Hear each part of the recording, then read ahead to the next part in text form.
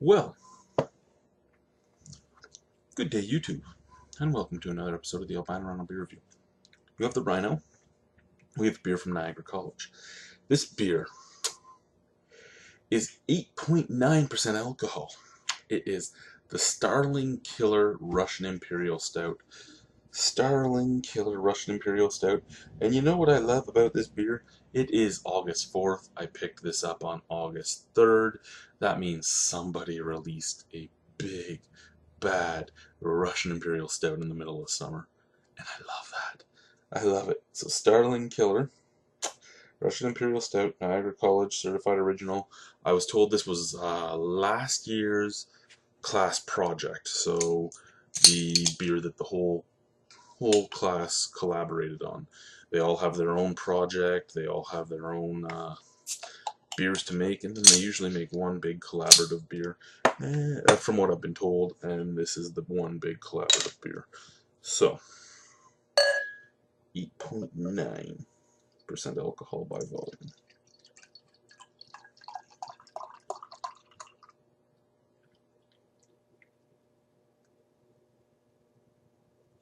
Oh my lord, look at that. Look at that.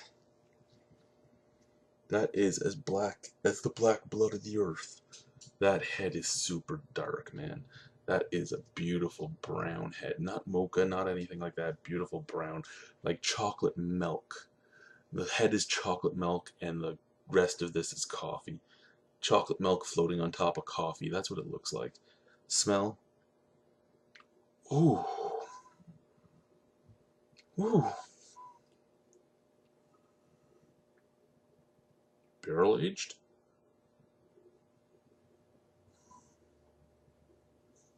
There is so much coming out of this. Um, a roasty, toasty coffee, toffee, a little bit of raisin, a little bit of plum, a slight, a slight sourness on there, oakiness, vanilla, just straight up bourbon smell.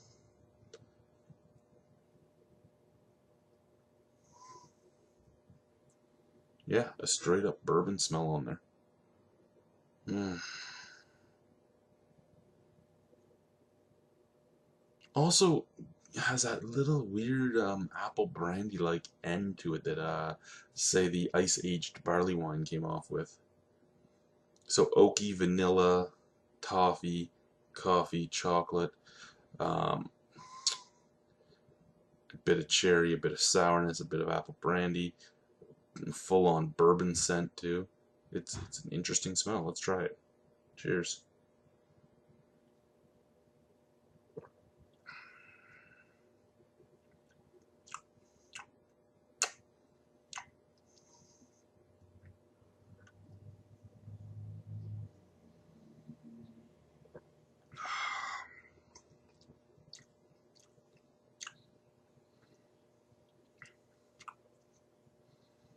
Hmm.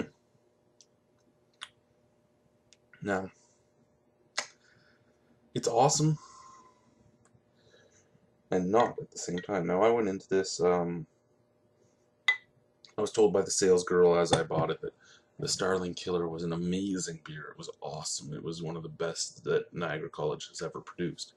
And I'll say it's a really interesting Russian Imperial Stout. It is a really good Russian Imperial Stout, but it does have a sourness to it. I'm sure this is barrel aged because the bourbon-esque-ness it's just so bourbon-esque, and a little sour tinge can come from a barrel, I guess, like a year and a half.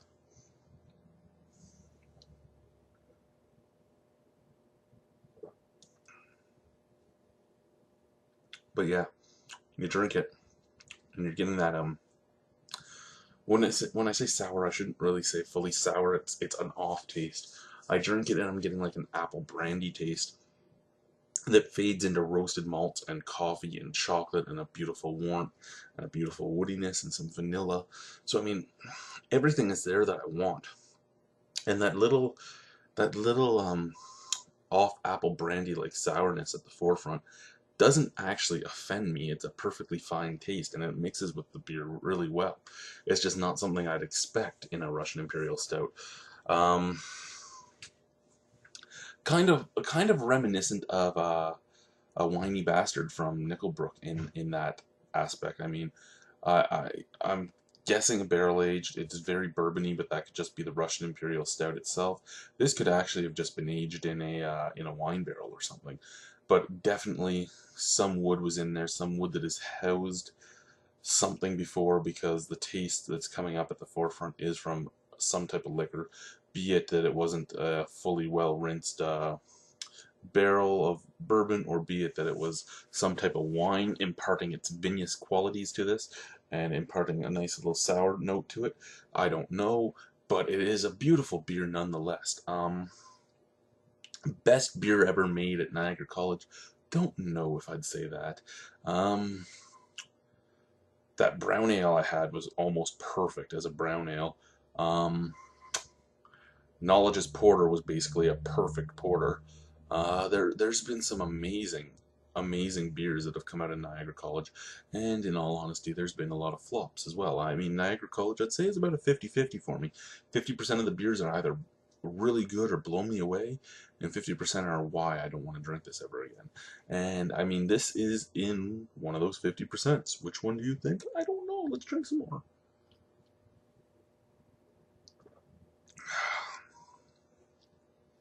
Yeah, it is that apple brandy taste. It's very much like the sweet apple sweetness that came into the sweet apple sweetness. You get that? It's a lot like akin to the apple sweetness that came to the ice aged barley wines. I'm actually almost curious if they use the same barrels. If it was an ice wine barrel, like I don't know.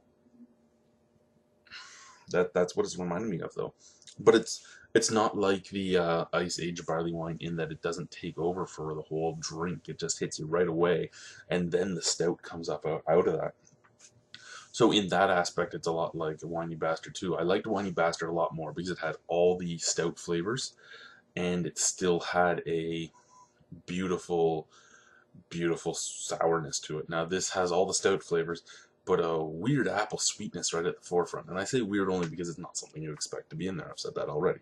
Now, difference here, $18 a bottle for Whiny Bastard at $7.50. $7.20 for a 650 of Starling Killer. That being said, I would actually probably buy 2 bottles of Starling Killer before I bought another bottle of Whiny Bastard. Um, And why? Because quality to price, your quality, now the Whiny Bastard is really high quality and a really high price. This is really good quality and a great price. So this actually, as a drinking beer for me, is just a better thing to go out and get, just because it's just better for your money. I can get almost 3 bottles for the same price as 1 bottle of Whiny Bastard. And I do enjoy this. I don't enjoy it quite as much as Whiny Bastard, but I really enjoy this. If that was a sourness instead of an apple tartness, I'd probably love it. Out of 10 on this, you know what? I'd probably have to give this a... 1 second, let's try some more. See how it drinks.